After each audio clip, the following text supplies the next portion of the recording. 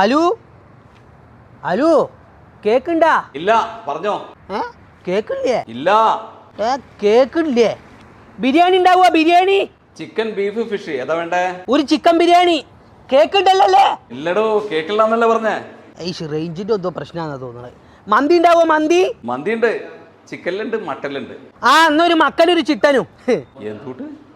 അത് മാറിയതാണ്. ഒരു ചിക്കനൊരു മട്ടനും. കേക്കുണ്ടാ? ഇല്ലടാവേ.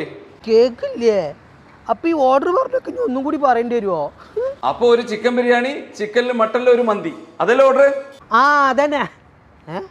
അപ്പൊ ഇജ്ജല്ലേ കേക്കില്ലാന്ന് പറഞ്ഞേ? അതേടോ, ഞാൻ ഇപ്പോഴും പറയണേ കേക്കില്ലാന്ന്.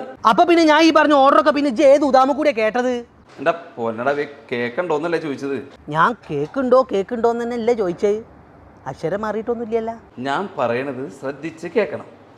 ഇത് റെസ്റ്റോറൻ്റ് ആണ്, കേക്കിന്റെ സെയിൽ ഇവിടെ ഇല്ല. കേക്കോ? തുടക്കം മുതൽ ഞാൻ പറയുന്നതല്ലേ ഇവിടെ കേക്കില്ല കേക്കില്ല അത്. എൻ്റെ അടുത്തും തെറ്റുണ്ട്.